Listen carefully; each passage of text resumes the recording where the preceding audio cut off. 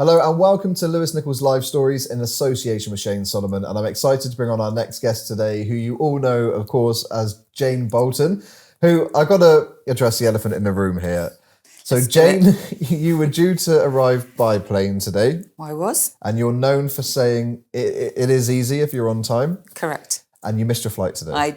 For the first time in my life, I was one of those that ran to the check-in at 9:46 and it closed at 9:45. And I was as nice as I could be, but she wasn't having any of it. So yeah. You were met by your own Karma person. has happened. It's come back and bit me on the arse. We're here. I've missed my flight. Put my hands up. But we're so thankful that you got the train down. We've got lots to talk about because for you, this must be surreal because we obviously know you from Airline. Yeah. Years went past. We've not really talk of Airline. Boom. I know. You're now an internet sensation, a daily meme. So we've got loads to talk about. But kind of growing up for you, what did you want to be? What did you want to do? I think, what I first wanted to do, I remember at high school, I wanted to be a heart surgeon. I did, but we had a careers lady that came in, and I think she took one look at my schoolwork and said, "I don't really think that's for you." So that was a bit of a blow. And then I think I had this sort of like this epiphany, this dream I was going to be cabin crew. But I never really went for cabin crew. I did some work experience with an aunt of mine, worked for a greeting card company, ended up doing marketing with them, got made redundant, and thought, let's do something different. So I told my mum I was going to Lanzarote just for the summer for about 6 weeks, but I stayed for quite a few years. So that's where I sort of got into travel and tourism, and came back to the UK, came home, much to my mother's delight, but then within about 10 months went for a job at Luton and said, actually, I'm moving from London back up to Luton and I'm leaving you again. And that's how it all happened with EasyJet. So how did then the transition with Airline happen? How were you approached about being on this new TV show? How was it kind of pitched to you? Well, I think I'd gone from being a check-in agent to a check-in supervisor. So I was the person who used to go around all the check-ins, like that poor woman today, and close them all. And so if anything was happening, that's where it happened. And Stellus came up and said he'd been approached by London Weekend Television, good old LWT, back in the day, and said that they were looking to do this series called Airline. I think they'd done an episode with Britannia, but it hadn't really kicked off and they wanted to change airlines. Would I be happy to film for a few days or a few weeks? So I said, well, yeah, why not? But that turned into like years, every shift, every day. And that's how it happened. We signed disclaimers, we signed our lives away to everything. Were you paid for that? No, we weren't paid a penny. So what were you signing? Just do what you like with us. We can't say anything, really. What? I know, yeah, we never got paid a penny. Because obviously you were known for just saying it as it is. I mean, being direct, very direct. Did you ever say something and think, oh no, that's on camera, I'm going to lose my job? Yeah, I think the tosser comment was definitely not directed at him. And I think, obviously programmes are cut and edited very, very well. To get 6 episodes for a series used to take us a year of filming. So, nothing was replayed. It was raw. It was done as it was happening. But this guy, I think we must have seen him on the show for probably a minute, 30 seconds to a minute. Yeah. But, the language that he was calling me, as I was walking away, you couldn't hear. They'd turn the volume down. That's when I turned around and said, I'll be as quick as you like if you don't mind. Like gobby. Oh, my God. And then under my breath as I walked away, I looked at the cameraman because, I'd been working with them a long time and just went, tosser. But I didn't ever think for a second. They probably thought, that's gold, tosser, we'll keep that in. So when you started to realise, did you ever film a series, then watch it when it aired? So did you become more kind of used to the little manipulations within filming as the series went on? No, I didn't really learn. I was a bit naive. Wow. I think as well, at the beginning I was probably more conscious of the cameras being there, and the longer that your cameras are following you is a daily occurrence. You get used to them being there. It's no different to dealing with a passenger, I suppose. So I didn't even take it into consideration. I think, that's where my fall was. But I think as well, like the comments, it's easy if you get here on time to that couple that missed their flight. Well, it is, as I found out today. It's so easy. And I think it's days where you have traffic jams like we had this morning with an accident, and you just have passenger after passenger after passenger, and not all of them say yes. So a lot of them got filmed, but didn't sign the disclaimer, so they weren't in the programme. Okay. Yeah, so they had to sign as well to say they were happy for it to be aired. But yes, so sometimes things came out and I didn't really re-watch them because for me it was like going home and watching a home video and I didn't really want to watch me working again. And to be fair, if I was off on a Friday night, I was probably out down clubbing or pubbing it somewhere. So I didn't really watch it back and think, oh, maybe I ought to keep my mouth shut. That never really happened, did it? Well, no, thank goodness it didn't, because here we are years later. Yeah. You said people had to sign disclaimers to be on the show. So now that confuses me because I'm thinking, why did some of them agree to be shown? Because they didn't come across well. I think, they did it afterwards. Obviously, nobody saw, because the camera crew, obviously, we were all mic'd up. So they would hear a scenario unfolding and then they would all of a sudden descend upon you, which made the situations worse a lot of the time. Because, the big camera boom and the camera was in people's faces. And I would say middle-aged women about my age now, used to really kick off when it got quite confined like that. They were the worst ones, actually. But then afterwards, after it had all happened and they'd missed their flight or something had happened and we'd sorted them out and they'd gone off and calmed down, then the camera crew would go and find them when they were calmed down and say, how are you feeling now? By the way, could you sign this? Okay. We're filming for a programme. And I think as the years went on with it, people knew what the programme was. So they didn't, I think a lot of them quite liked it. When you look back now, are you like, wow, that wasn't quite what I thought? Like, do you have any, not resentment, but do you have any kind of, I don't like the way that was done when I look back? Yeah, I think because I knew that I'd been with a lot of those passengers. Sometimes I'd been with them for 4 hours because they'd missed a flight and we had them for 4 hours and they would come back and forth while they decided what to do. So I think sometimes I look back and think, maybe, and of course I'm older now and more experienced and I train customer service, so I probably would have handled some of the things. I probably wouldn't have let it get to me as much, but that's what made the show. You train customer service? I don't know. Really? I don't do anything like I did on the show. Yes, no. The customer's very important. I love, my favourite with you was, do you remember the lady that was sat in a coffee shop? Oh yes, coffee shop, not departures. Yeah. You were like, we can't board you from a coffee shop. And you were just so ruthless when you were like, with all due respect, 147 passengers. The thing is though, it was just being honest because they did, and I think like you can't handhold everybody. I mean, I get it if you've got a language barrier and you don't understand what departures is because it's written in English. I totally get that. But, you do know once you've checked in, you've got to go through to departures to find your gate. Yeah. And they're told that at check-in. Go through to departures, your gate will come up. But no, she waited in a coffee shop, bless her heart. Obviously, as the series went on, it was becoming a huge hit on TV. So did you find later on in this series that people were recognising you, saying, oh my God, it's Jane? Yeah, very much so. And I think that was the weirdest thing, was everywhere you went, people were staring at us, the guys and myself, Katrina, the main characters. We got, lots of stares. They wouldn't always say something. And it was quite weird. And to see yourself when you opened the television magazines and your photo in them and your name was really bizarre. Of course, my mum thought it was amazing. I've got an identical twin sister who had probably the worst time because they would go up and say, oh, you're Jane Boulton. She'd say, no, that's my twin sister. But they didn't believe her. And still now they don't believe her, poor thing. She still gets it in the neck. So you might not actually be Jane right now. No, I definitely am. You mentioned Katrina.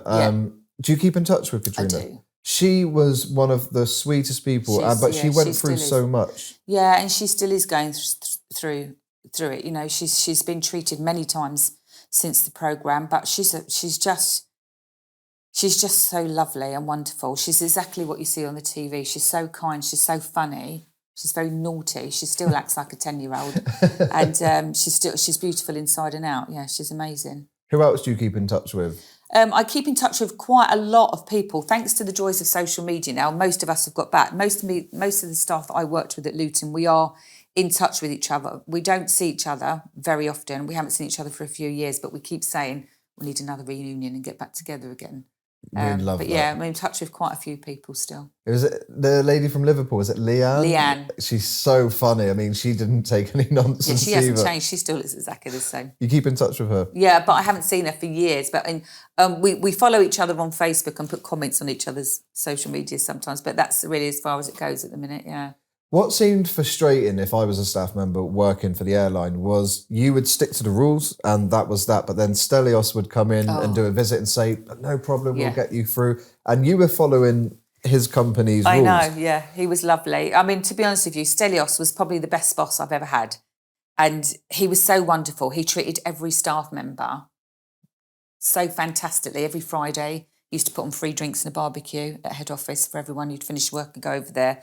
But if there was a major disruption day and you saw Stellios walking in, we used to go, oh, please, Stellios, don't talk to anyone. Please don't talk to anyone.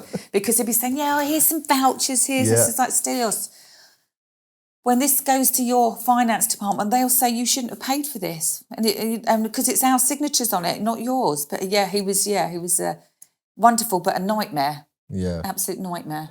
Do you think the show was at detriment to EasyJet at times? Because I would watch it and EasyJet would say make a mistake, but then the customer had to then sort it out themselves, and you'd watch it and think, how is that fair? I mean, my friend watched it the other week and there were some scenes where he was kind of like, really? Like they're left on their own. So do you think it ever had a negative effect on the business? No, because the passengers had the check-in staff to do their changes for them if they wanted to, but no, the sales, like if you was over at head office when the programme was, the minutes the credits started rolling for it to come on, as soon as that music started, the calls would go up to, it used to say 99 waiting in the queue. That was the maximum number the board would go to.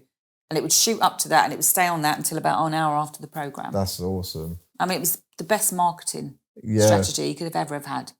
You know, Stellios, you were the big star of the show. I mean, if you Google Airline, you come up your picture first. Did he ever kind of gift you anything or say, look, thank you for making the show, this is from me to you? No, but he did contact me and I missed it on LinkedIn a few years ago and said, LinkedIn, you know, I've got an opportunity for you. And I missed it by a couple of years because I don't really use it. And I wonder what would have come out of it from that. In fact, I had an email from Stellus quite recently because they're doing an anniversary advertisement or something, and he's asked if I'll be interested in talking to a few people that I used to work with. So we're still in touch very rarely, but no, I never got anything, unfortunately. Like staff travel for life would have been nice, wouldn't it? I just think you were the face of that show, and the fact that you weren't paid, I kind of think, what did you get from it apart from not a lot. Legacy? Just this. I've seen recently on social media, you do a lot with EasyJet now in the sense of a PR kind of thing. So they pay me for that. Rightly so. They do pay me for that, yeah. How did that first come about? So when were you approached and what were the conversations like? I think they approached me, I think it was about a year ago. Must be over a year ago now. They just said, look, obviously social media is key at the moment, you know, how do you feel about doing some advertising with us? So I said, yeah, why not? Went along, acted a bit crazy, went online. I think like the first one got over 1 million views and quite quickly. So it's like, so every now and then I go back and they contact me and we do a little bit more. And what's lovely is they take me every year while they've been the sponsor for Eurovision. I've gone for the last 2 years as a guest to the Eurovision with them, which has been lovely. So I have had that. Yeah, so there's perks much later, which you would never have expected. Yeah, much later, yeah. Airline. It needs to come back. I'd love to see. Who was it? Leo, the other guy. Do you keep in touch with him? No, not anymore. No. I just clipped to me, Jane. So Stellios, is he still involved in EasyJet? I believe so. Yeah, he doesn't have a majority share anymore. He has a lesser share, so he's still involved in EasyJet. He still has other easy companies. Yeah. So he's still there. He's still there in the background. And I saw you were on this morning with some of the others because Rylan is a massive fan of the show. And it was like a mini reunion. And from there really stemmed people saying, please bring everyone back for like a TV special. Yeah. Have there ever been conversations about a proper reunion? No, and I think I should have my own travel show, quite honestly. That would be good. That's or what on I'd This like. Morning. Yeah. I don't know about that. I'd like a travel show. I'd love a travel show. Going around the airports, not missing flights, and being able to see how great their customer service was. Today, not so great. If that was you, there would have been you were 1 minute late. Yeah. I mean, you would have made the phone call. We often saw that. Well, yeah, but I didn't always speak to someone when I was making a phone call. You'd stage it. Well, I might have had 3 or 4 people come to me beforehand, and you only ring operations once. Once operations say no, you know it's a no. So And you'd obviously pretend. operations are very busy. So if you was to keep calling them every time someone was late, you'd be constantly on the phone and you'd lose your job. So yeah, if I'd already called for somebody and I knew it was a definite no, or I could see we'd fully boarded and they weren't going to happen, yeah, I just used to I used to hold the receiver down, and then once I think somebody tried to call the phone while I was talking to someone, but there was 2 phones on the desk, so I got away with it thinking that. But so I used to hold it really tight to my ear because after about 30 seconds it would go ding. So yeah, I didn't, not very often, but once in a while I pretended to phone. Yeah. With Airline, it came back recently in a sense of the social media impact. It just went viral again. The episodes were being all over TikTok, Facebook. When did you first become aware? Did people say to you, like, you know, you're going big on social My media? daughters came Really? home from school. Yeah, I've got a 17-year-old and 15-year-old twins. And I think it was the twins that came home from school. They must have been about in the first or second year of high school. And mortified. Everyone's talking about you, Mum. And I was like, so, but they're old school. I used to run the PTA. So I was thinking, oh, what do you mean? Don't do the PTA anymore. And they were like, no, all my friends are watching you on TikTok. Yeah, they were mortified. And that's how it happened. And it was my daughter's account. And I just took it over and said, oh, let's have a bit of fun with this then. And I think the first TikTok I ever did was me calling that guy a tosser and me going, oops. Yeah. And like literally the views overnight, it just went mad. And I was like, wow, this is really bizarre. Because it's so many, I mean, you're talking a couple of decades later since the show finished. I'd say 25 years we are now, Wow. I think. And the difference is now the people that watch it now, some of them weren't even born. Exactly. Which is so bizarre. Ryan wasn't. And you know, he's watching it and he loved it. And it's just, you watch it now and you think, wow, because you saw everything. Nothing was off topic. No, you had emotion, family drama. You had fights that got physical sometimes, security. What's for you your most memorable Airline moment? So when you think back, you think, I'll always remember that. I think the old lady that didn't know where she was going, Mrs. Grasdall. Half an hour. No, that was, I think it was Susie. Oh, the really old lady that was going to Lord's. She wasn't even flying with EasyJet. Proper, and you looked after her. Yeah, I looked after her, and she was really moaning about smoking, and I was a smoker at the time, and I thought, oh, but yeah, I think it was for me because that's what I did most of the time was help people like that. You never really got to see that side of me. Didn't. So that one, and the guy that came in off an aircraft really paralytic that fell on the floor. Oh, and I said, oh, have you been drinking? But everyone says, oh, you God, they shouldn't have served him alcohol. But he'd actually bought duty free before he got on, and they kept telling him not to drink it, and he downed it he drank nearly a whole bottle, continued to drink it in the medical room at Luton. And then about an hour later he got on a bus and off he went. What was nice was your development because you had kind of promotions as the series went on. And at one point, was it a dispatcher? Yeah, so I think I worked mostly on check-in at the beginning, but I always wanted to be an operations manager. But the only operations managers in the company at that time were men, and they all had experience back of house, so working with the bags and dispatching the aircraft. So I figured, right, I need to do that. So I learned how to be a dispatcher. Told Stellus I'd like to do a bit of involved in training, so he sent me on a course to become a trainer, and I used to train everything. And then when I left, they'd made me an operations manager, so I did a business startup. So when we got a new contract with another airline, I went off and did that, and then stayed there as an ops manager until it was running quite nicely, and then went off and did another one at different airports and another one. Was there a time, I might be completely wrong, where you were going to move to a different country? I was going to move back to Lanzarote to be the bar manager on the complex where I used to work. And I very, very nearly did it. I think I was still a check-in supervisor then, and I was missing Lanzarote. We still go back every year. It's like my second home.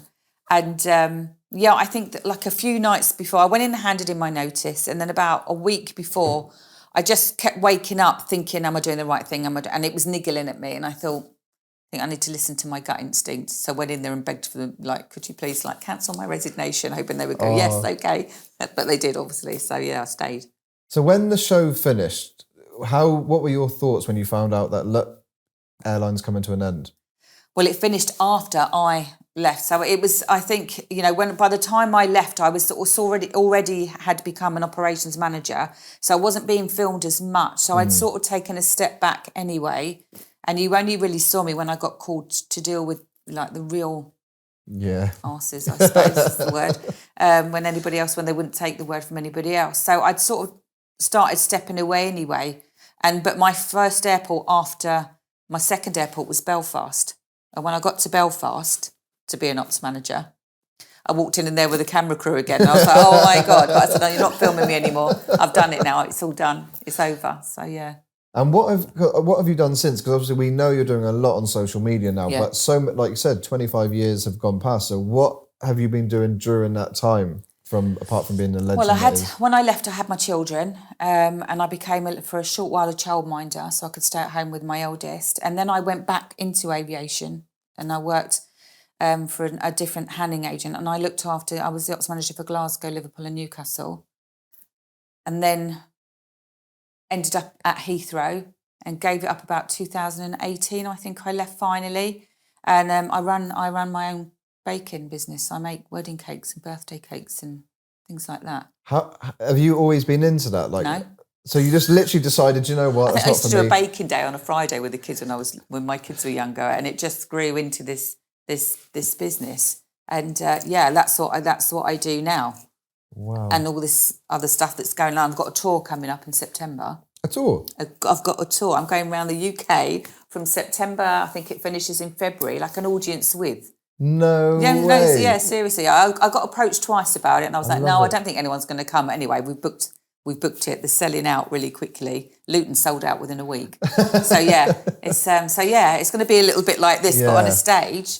Anywhere near here where you're going? No, unfortunately, not yet. No, I hadn't. No. Why don't you have a chat with Shane and see if we can make a venue in Cornwall happen? I need near an airport, obviously, but people to get flights. So yeah. I mean, well, you would have seen Newquay, but I would have seen Newquay. The train station. I'll see Newquay when I fly back. Will you ever go back to doing? I would go back to EasyJet, 100%. Yeah, I think everyone says that's worked for EasyJet. We're part of this orange family, and you are. It is. I think, when you work at an airport, you're with each other a minimum of 12 hours a day working. So you work really hard, but you play hard because you're doing shifts. So you don't get to go out on a normal weekend like you would normally with your friends. So you go out with everyone from work. So, and they treat you so well. And also they pay quite well compared to other airlines. So yeah, I would go back. Definitely. So I could go in and check in and get a flight and you might be there. Well, I don't know if I'd go and do check-in again. I'll do something a bit higher again, hopefully. I'd love to go back into training. My training's my passion. I love training.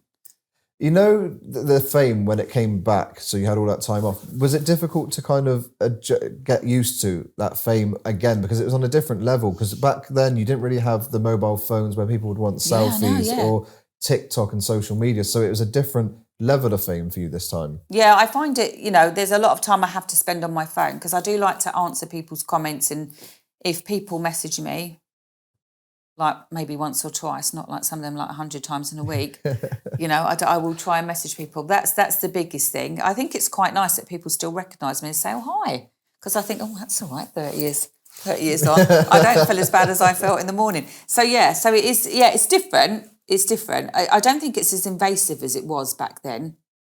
People don't necessarily come up to me. Like I used to go through my shopping trolley and what do you eat? And I had a passenger that stuck her 4-year-old daughter under the toilet door when I was in the bathroom having a wee one day to ask if it was me at the airport. They don't do that anymore. That's crazy, Yeah. Do you remember the lobster guy? Oh, yeah. Bloody lobster. I don't know what happened to that lobster. I have no idea. I didn't eat it, unfortunately. People thought you took it home. I know. I really did want to as well. But my boss was a real, oh, God, she was crazy animal woman. She was like, no, it's going to an aquatic centre. It probably ended up on someone's plate anyway. Yeah. No doubt. With Airline, when you look at other shows that are on now, some of the things that were shown on there, do you think they would be able to show it today? I don't think so. No, I don't think so. I think it was, well, if I'm honest, I think from watching things on social media, from what I've seen where passengers have been filming, some people are actually ruder. I watched some women really just being so awful to a passenger the other week and refusing to even help him at all. And I think, God, well, we didn't do that back then. But then I don't think either they would probably keep in, I would like to think if I was waiting, I wouldn't call someone the things I did under my breath sometimes anymore. Have you ever seen any of the kind of legendary passengers that were on Airline since then? Yes, I have. I met with one when I was working from Belfast. I was packing up my bag. It was a Friday evening. I was getting ready to fly home to Gatwick, and the sales desk guy came in and said, "Oh, Jane, there's a passenger that wants to talk to you." And I thought, oh. Anyway, I came and I recognised him, and he said, "Oh, I just wanted to say that I was one of the people you shouted at. It was my fault, and I wanted to apologise because I looked at myself and thought, what an idiot, I was so rude to that girl." No. And he was flying back to Gatwick, so he said, "Oh, well, I'll buy you a coffee." And I said, "Well, if you're flying to Gatwick, you can buy me a glass of wine, that'll do." So we had a glass of wine, and then it transpired that every Monday we'd be on the same flight to Belfast and we'd fly back. So we used to have a cup of tea on the flight together on a Monday going out, and we'd have a glass of wine before we flew home on a Friday, and we did that for about 6 months. What about the couple? It is easy if you're on time. No, I'd never. Never seen them again. I don't want to bump into any of them. I don't want to bump into the man with the choir equipment either. He was rude. He was, And there were so many times where there was misinformation, because I remember there was one lady kicking off at you because she was saying that it hasn't left yet. The plane is still there. My friend's ringing me. The people that know everyone, that's an engineer and all that. Yeah, it's I think, unless you work in the industry, there is a certain point where the load sheet is completed and it cannot get changed at that point. That's why there's cut-off times. So, it doesn't even matter if we were still boarding.